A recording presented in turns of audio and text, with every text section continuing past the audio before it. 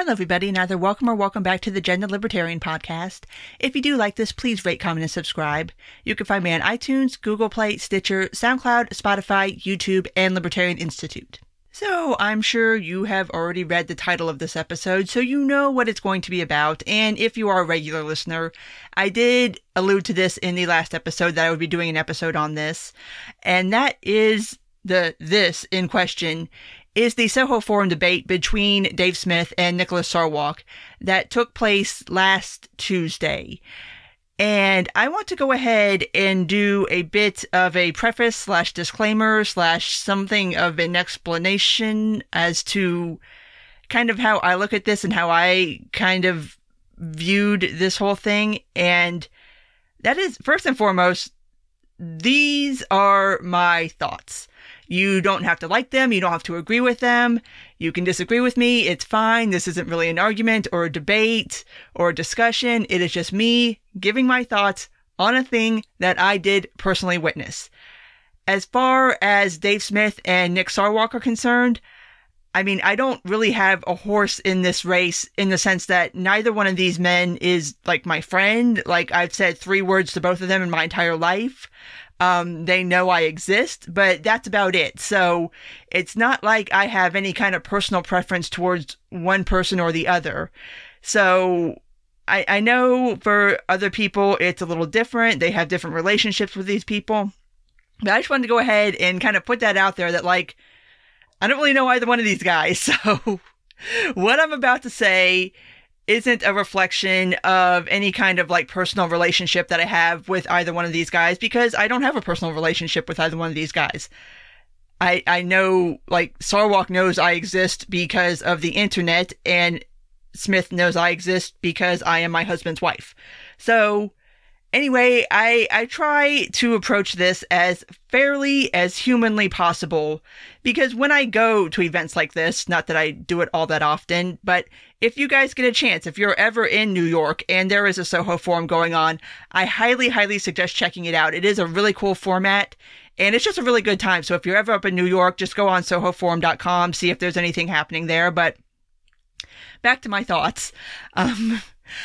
Yeah, I try to walk into these sorts of things with an open mind, and not that I don't already obviously have preconceived notions. I mean, obviously I'm here. I have a podcast. I have my Twitter feed. Like, it's pretty abundantly obvious, like, what my thoughts are on certain things.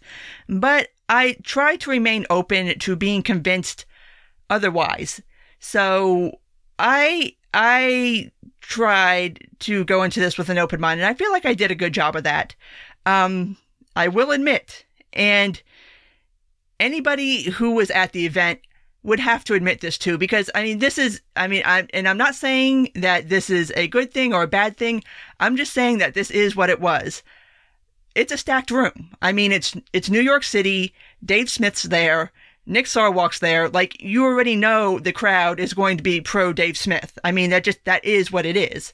And even Sarwark acknowledged it during the debate that it was a stacked room. So, I mean, I'm trying to think of the nicest way to say this. I can't fault people for liking one person over another person. I can't fault people for going to an event because they want to see one person over another person, as opposed to just going to watch a debate. So, I mean, it is what it is. I guess I'll just leave it at that and not go all that much further, because I already know there's going to be parts of this that are going to piss people off. And I mean, like I said, these are my opinions. These are my thoughts, and you don't have to like them. But I try to remain as neutral and objective as I possibly can. And I will try not to make this long and rambly, but it probably will be long and rambly. So I go ahead and apologize for that. But let's go ahead and start with what the actual debate proposal was. And before we get into that, I kind of want to explain to you guys, in case you don't know what an Oxford-style debate is supposed to be, which is what Soho Forum is set up as. Basically, what it happens is this. A neutral third party, I think Gene Epstein actually does come up with the proposals, but what happens is a neutral third party comes up with a proposal, and then you have one person arguing the affirmative and one person arguing the dissent. And the proposal for this particular debate was the Libertarian Party should never again put up national candidates whose views are similar to those of Gary Johnson and Bill Weld.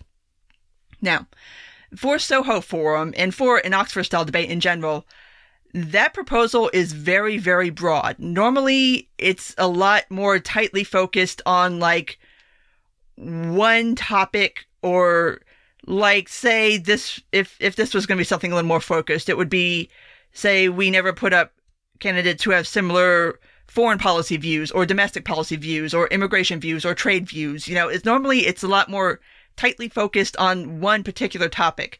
And so this proposal was very broad proposal, and I think that was done intentionally, because what you have, and I've discussed this before, but the 2016 Libertarian Party ticket was a very divisive topic. And obviously Dave Smith did not support the ticket. Obviously Nick Sarwark did, because he's the head of the Libertarian Party.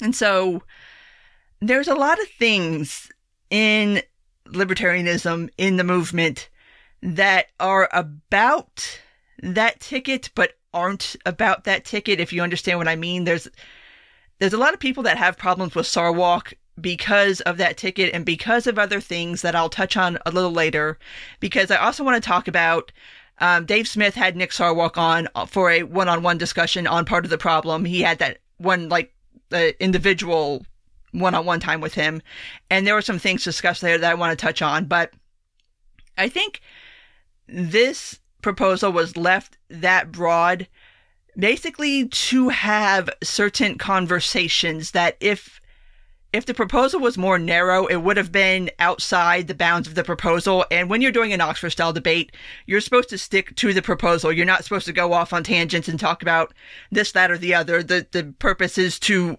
debate the proposal at hand. So, like I said, there's a lot of room to talk about a lot of things underneath the umbrella of that proposal. And there most definitely was. And there was a lot of things kind of touched on in the debate that were discussed a little more fully in the Part of the Problem episode. But it was interesting to watch. And like I said, I think leaving the proposal that broad really allowed both men to kind of steer the conversation in whatever way it went. It really allowed for a more freewheeling debate than you would normally get in an Oxford-style debate. And how this works is you have the proposal.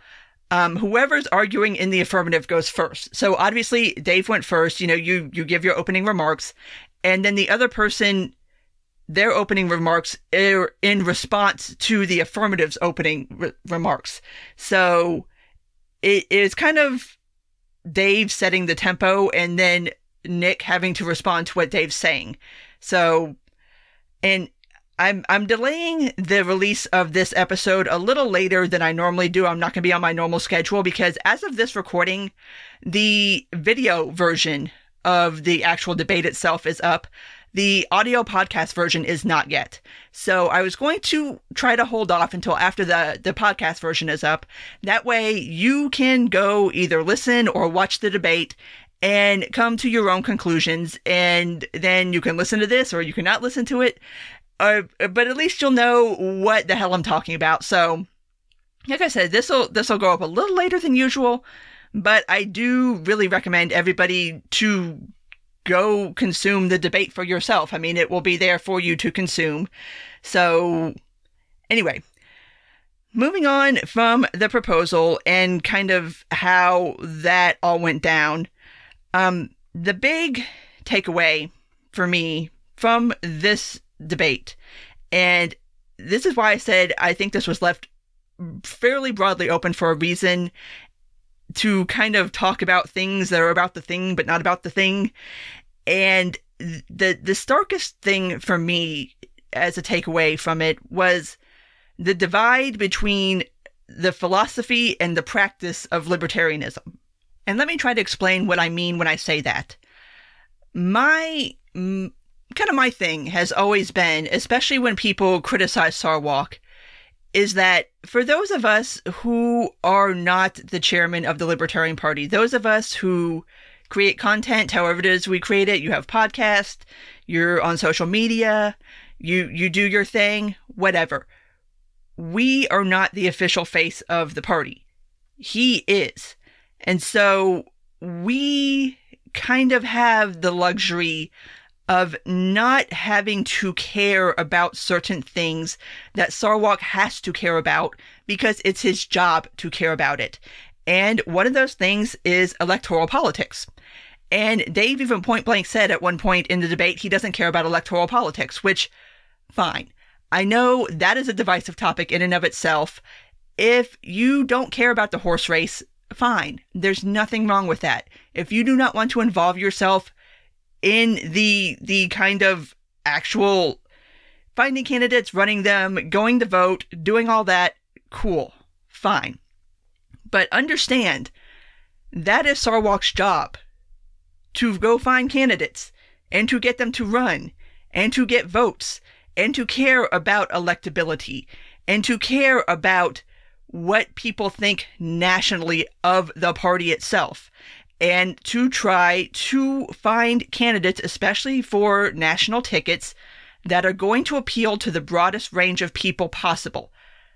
I would say that's what he gets paid for, but from what I understand, it's not a paid position, which is insane to me. Like, I don't know who the fuck would even take that position without getting paid for it. Anyway, but it's... When people criticize him for that, it really strikes me as people criticizing him for doing his job. I mean, and I don't think that's an entirely fair criticism of Sarwark. And for what it's worth, in that particular vein, he has been successful.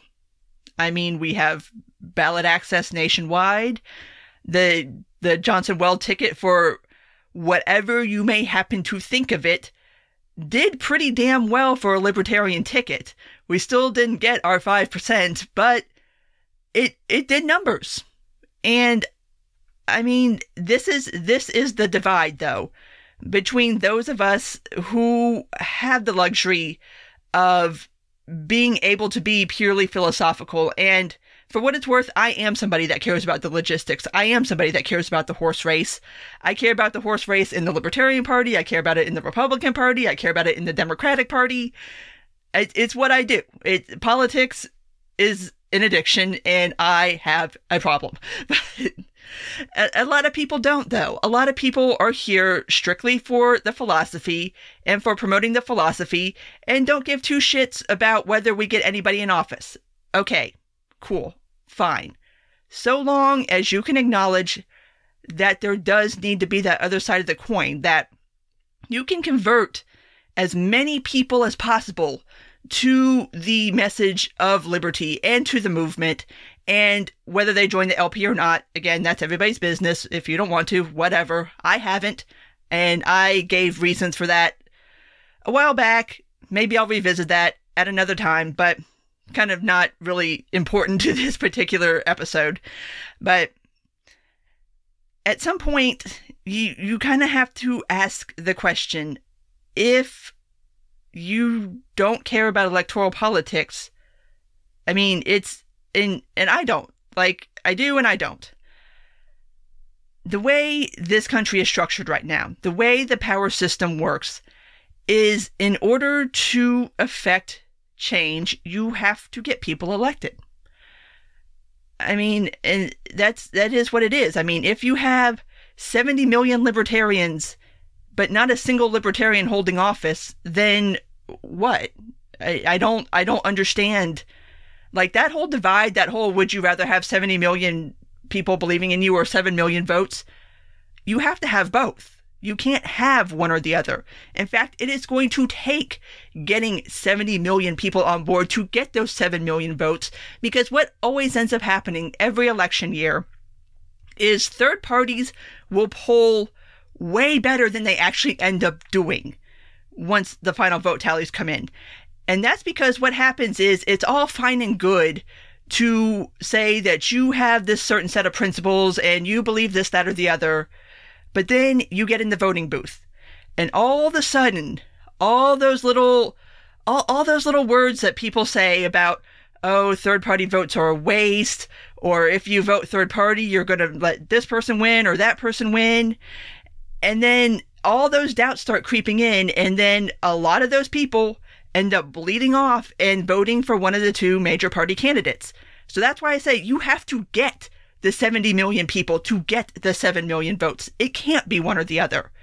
And Dave made the point, and I'm not entirely unsympathetic to it, which is that if you get the votes and you didn't actually convert anybody to the ideas of libertarianism, say they voted for the Johnson Well ticket for some other reason that I don't know. I mean, everybody votes for their own personal reasons. Then what did you gain? Well, I mean, you have to get people to vote for your candidates. Like, having 70 million people believe in your philosophy, but not being able to put it into any kind of practice because you don't have anybody at any of the levers of power that can possibly do that for you, is kind of a Pyrrhic victory.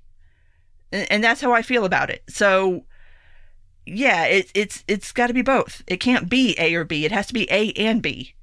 And so that's why I don't... And there's a lot of this that, again, these are my thoughts, these are my opinions, you don't have to agree with it, but a lot of the arguments that were made at the debate and on the Part of the Problem podcast, and just everything that I always see in regard to this particular topic in general, just, it drives me up a fucking wall sometimes. Sometimes you guys, you kill me sometimes.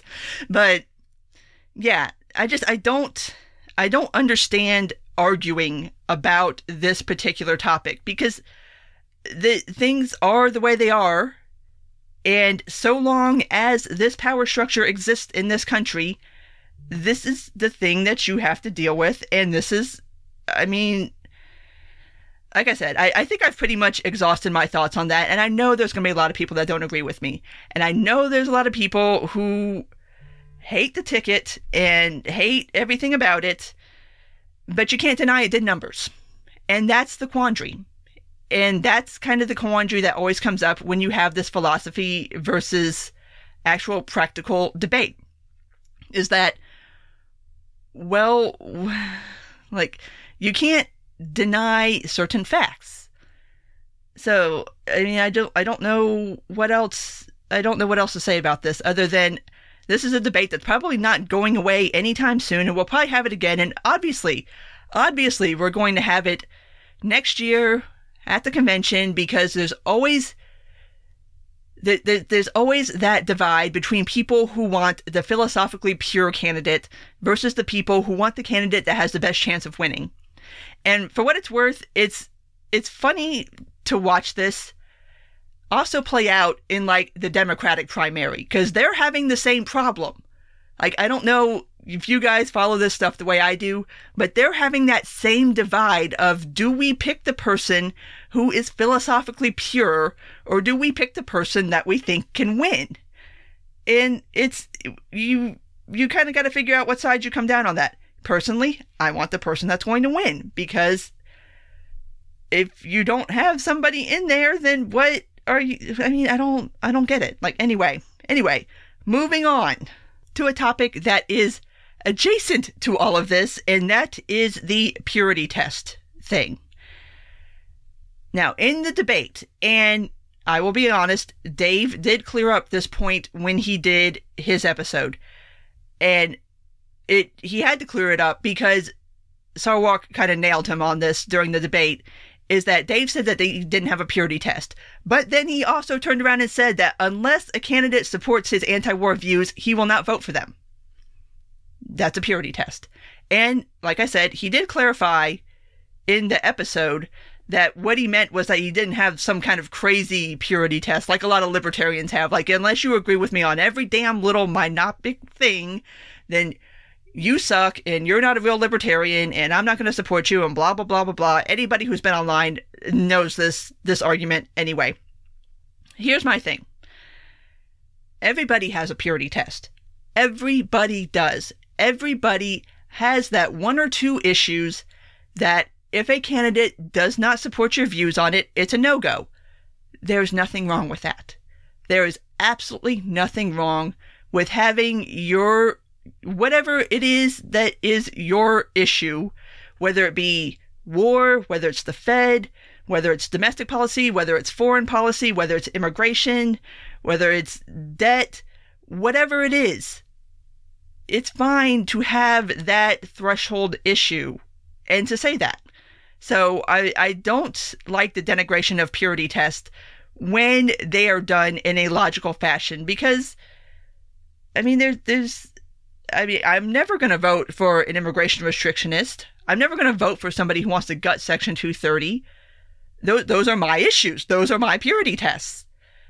And I don't think there's anything wrong with people having that. So, anyway, I wanted to touch on that because it was kind of a thing that came up in the debate. And it's a thing that comes up a lot when libertarians talk about other libertarians and libertarian candidates. And it's just, it's one of those things that as a party, capital P party, if we want to take the next step forward and become a major player in nationwide electoral politics, that's going to be one of the growing pains.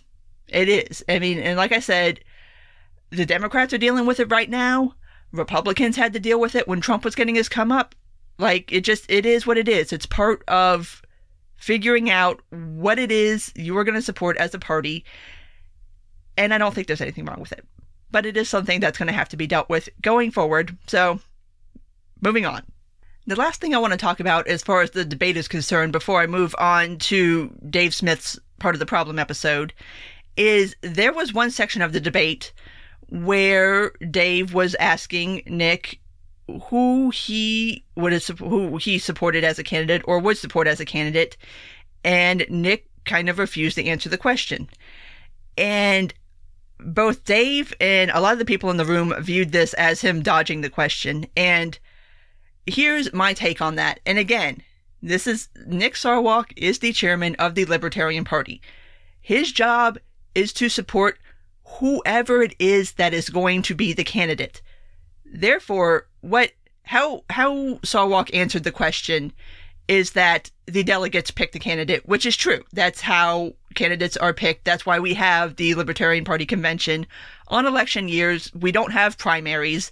You go to the convention, they vote it out on the floor, the delegates pick, and that's how we pick our candidate. But how I would have answered it if I were in his shoes would be to ask, are you asking me this as the chairman of the Libertarian Party, or are you asking me this as a person? And because there is that distinction, and I keep coming back to that, but when you hold a position like Sarwark has, you have a public life and a personal life. And there are things that you can't do in your public life because, however you may happen to feel personally, because it would conflict with your duties as being chairman of the Libertarian Party. Sarwark said that obviously he didn't answer the question, and he also said that he does not make public who he voted for, and that is the correct stance. You can't be seen as having a preferred candidate, because then it's going to raise all these questions of, if this was the chairman's preferred candidate and they got the nomination, then oh my God, what is that? Or if it goes the other way and his preferred candidate doesn't get the nomination, it's gonna be like, oh well, is the chairman going to support me because I wasn't his preferred candidate? So there's certain things that when you're in that position, you can't say publicly, and you shouldn't say publicly. And who you vote for is one of those things that when you are the head of a party, you don't say that out loud. Like, I would never expect the head of the RNC or the DNC to say who they voted for in the primary, because it's irrelevant to anything, really. It's their business.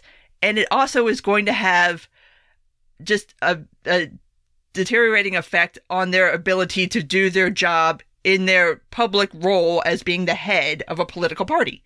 So I feel like Sarwark took a lot of heat for how he answered that question, but I understand why he answered it the way he answered it. So those are my overall thoughts on the debate itself. Like I said, it was a really fun time. I'm really glad I went out, got to meet a bunch of people. And like I said, if you're ever up in New York, normally the Soho Forums happen at Subculture Theater, which is in the Village. It's super easy to get to. So if you're ever up there, just go hop on sohoforum.com and see if there's anything happening while you're up there. See if there's any that you're interested in. You can just buy tickets on the site and then you can go there. And yeah, it's a fun social experience too, because like there's a bar there, there's food, people are mingling beforehand, like doors open an hour before the debate starts. So you can get there and there's time to kind of like hang out and meet people and do all that fun stuff. And then obviously afterwards, there's a little bit of mingling going on too before they kick everybody out. So it's just a really cool experience if you ever have a chance to get up there and do that. So moving on to the Part of the Problem episode, and that came out last Wednesday, I do believe, if memory serves, because they actually, they recorded it. It was the day after. So they recorded it that Wednesday. I think it either came out that Wednesday or that Thursday. I'm kind of blanking on Dave's release schedule, but anyway, it came out right after they did the debate. So, and just as a side note on things that were recorded that I don't know will ever see the light of day, I'm very curious to see if this one ever does too, but at the after party for the debate, Gene Epstein was throwing a fundraiser, and there was an episode of Part of the Problem recorded, allegedly, kind of, maybe, that had Dave Smith, obviously, my husband, Maj Touré was there, Matt Welch was there, and I feel like I'm forgetting somebody. Oh, shoot. The guy that runs the Mises Caucus. Yeah, that's it. That was the whole, that was the panel. And so it was, like I said, I'll be very curious to see, just from audio quality alone, if that ever makes the light of day. Like, I would hate to be the person to have edited that. So, if that happens, great. If not, I was there. I saw it. It did take place. It did happen. And it was interesting. There was a very interesting conversation that took place amongst all those men, because obviously those are a lot of people who don't necessarily always agree with each other, and there are differing viewpoints. So I hope it gets released. I hope the audio is usable enough to get released. But back to the Part of the Problem episode with Sarwark and Smith. A lot of it, like, they touched on a lot of the things that they touched on during the debate, and a lot of the conversation, like, it's, again, trying to find a way to say things nicely. It's sometimes hard to listen to a conversation between two people who do not agree and are not going to agree. And that's not to say that, like, every conversation has to be with somebody that you agree 100% with. But when you can tell that there's, like, a fundamental divide between two people, and it's not going to be bridged by this conversation or any other conversation going forward, it can be a little difficult to listen to. And that's all I got to say about that. But there was a point in that episode where it was brought up, and it was brought up during the debate, that one of the biggest problems that Dave had with the Johnson-Weld ticket was that Weld was at one point a lobbyist for Raytheon, which Raytheon, if you don't know, makes shiny, happy war toys. That's what they do. So Dave's problem with that ticket was not so much Gary Johnson. I mean, Gary Johnson was fine enough. I mean, the Aleppo moment came up, obviously, because you can't talk about that ticket without talking about the Aleppo moment. But his bigger issue seemed to be that Bill Weld was on the ticket, and that not only, obviously, both Johnson and Weld were former Republicans, they were Republican governors, but that for Dave, because, of course, being anti-war is his purity test, and like I said, that's fine. That's cool. He's very upfront about it. Like, it's obvious that that's his thing. That's his issue. So for him, having Bill Weld on that ticket was a no-go. Okay, cool, fine. But the topic that did come up, and this topic is one that does, I think, need to be discussed, although a lot of people don't like to discuss it because I don't know why. Well, I kind of do, but anyway, it's the libertarian to alt-right pipeline. Now, I will probably at some point in the future do a whole episode on my thoughts on that particular topic, but the topic did come up, especially in light of discussing kind of how the whole fight between Sarwark and really it started out between Sarwark and Tom Woods and Jeff Deist, and that was the anti-fascist open letter. Now, for context, because I do feel like context is really important on this one, this letter was written and people were signing it right in the wake of Charlottesville. Now, obviously, Christopher Cantwell, at some point in his life, renounced being a libertarian, but he did identify as a libertarian right up until either right before or right after the Unite the Right rally in Charlottesville.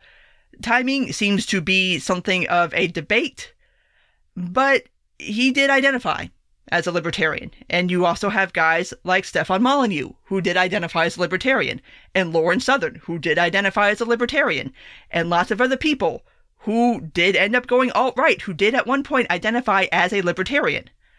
This happened. Like, there's no point in saying that it didn't. This shit happened. Okay? It's there. And it is part of the public perception of libertarianism, is that we're all a bunch of freaking Nazis. And anybody who spends any amount of time on social media and is openly libertarian has seen this. Like, there's every time somebody always rolls up in the damn mentions to mention this shit. There's no point in not acknowledging it. So, the letter, as ham-fisted a way as it was of kind of trying to acknowledge that libertarians do not agree with the alt-right, and that we do not agree with racism, or being Nazis, or being fascist, or anything of the sort, Sarwark approached Tom Woods and asked him to sign it, and Tom said no. I kind of understand both sides of this debate and this argument, because, first off, the quickest way to get a libertarian to not do something is to tell them that they have to do it. And there was a lot of shit said. Sarwark intimated that if you didn't sign this, then you were agreeing with the alt-right, you were agreeing with Nazis, and a lot of people took it as Sarwark calling people Nazis and fascists. Okay. But I also see the Tom Woods / Jeff Deist side of the argument that it should be inherently obvious that, of course, we don't support Nazis, we don't support fascism, we don't support these alt-right dipshits. Why do we need to sign a letter saying that? My response to that is, obviously, we know that. A lot of other people don't. And a lot of other people think we do. So, Sarwark's position was that, why are you making such a big deal out of something that is really just a very simple thing? Like, if you don't support fascism, then why wouldn't you just sign the letter? Like, what's the big frickin' deal? And everybody who didn't want to sign the letter took it as, well, it's, and this is how the whole SJW knock against Sarwark started, which I don't understand. I don't think it's fair. I just put it out there. I don't think it's correct. Anyway, that all came up. And here's my thing.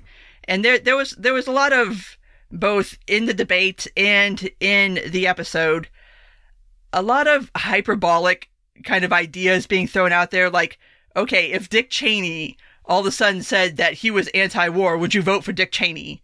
And the answer is obviously no. But it got a little ridiculous, in my opinion, to be completely honest. Like, this is a serious conversation that needs to be had. And if you want to sit here and take it to like these absurdist areas of who you would and would not vote for because they support this thing and that thing and it's your thing and whatever. Okay. That's kind of my cue of, okay, we're done here. But and again, I'm trying to figure out a way to say this nicely. It came up in the episode that it kind of in the sake of renouncing signing the letter versus whether you should have signed the letter. And again, this whole thing is stupid to me. Honestly, it's so fucking stupid. But my thing is he was kind of trying to make the point of, do we need to renounce Warhawks? Like, do we need to sign a letter renouncing Warhawks, or is it just obviously abundant that we don't support Warhawks? No, we don't need to sign a letter saying that we don't support Warhawks. There's no public perception of a libertarian, the Warhawk pipeline either. So again, this is one of those things where philosophy versus practice. You do have to be cognizant, especially if you are Sarwark, or if you are any libertarian, to be completely honest. You need to be aware of public perception of your brand, of how people perceive your political philosophy, how people perceive your political party if you are a member of the party. And we have an image problem. I mean, it is what it is. I mean, there's so many people like in this, and I take it this is kind of part of my personal project, but there are so many people out there right now who do not feel at home at either one of the two political parties, but will not make the leap to say that they're libertarian. And there's a reason for that, and this is partially why. I mean, it is what it is, and it's something that needs to be discussed. So, like I said, maybe in the future, in the next couple of weeks, I will make an episode on the libertarian to alt-right pipeline and discuss my thoughts on that a little more. But yeah, that was kind of the episode. And of course, obviously, you can go listen to Dave's episode if you wish. I mean, I'm sure anybody who listens to this podcast has probably already heard the damn episode anyway. So moving on from that to kind of some points that I want to make before wrapping this up. And that is, first and foremost, the Twitter fights. Why? Why do you people do this? Because this whole beef started over Twitter. Why the hell are you grown-ass people arguing with people on Twitter? And like, I see Sarwark do it. I see Woods do it. I see plenty of other people do it. And I just don't understand it. Like, it's so counterproductive to me. And it starts this whole idea that there's this feud between two parts of libertarianism that I think is actually kind of blown out of proportion. But people want to do these stupid little flare-ups every now and again. And it's just like, why? Like, there's plenty of times I see people say shit that I don't agree with. It's fine. I don't need to get into like a 2-day long argument with you over Twitter about it. And I damn sure don't need to go instigate. Like, I've got enough shit to do. I don't need to go start arguments with people. But yeah, if you've ever noticed, like, I see the fights. I see them. I do not get involved because I do not think it's a productive use of time.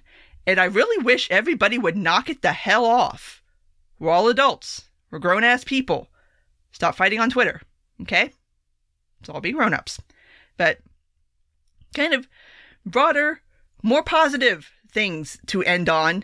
And that is kind of my overall sort of thoughts on this whole situation as a whole, encompassing the debate, encompassing the episode, encompassing all the fights that happened before all of this, is that we need to acknowledge that we all have our roles to play in this movement. And some people have different strengths and weaknesses, and some people can and cannot do certain things. Like, Nick Sarwark does not have the freedom to do what I do, and I damn sure don't want his job because I am not suited to that job. And I understand that, and that's okay. He is. He can handle that. I have no interest in wanting to handle it. But there's not, again, trying to expect everybody to be able to be a certain way is not fair, I don't think. And even if we're not talking about Sarwark, even if you take him out of the equation, not everybody wants to engage in certain ways, and that's fine. It's totally fine. Some people don't want to do podcasts. Some people don't want to engage on Facebook. Some people don't want to engage on Twitter. Some people don't even publicly announce that they're libertarians.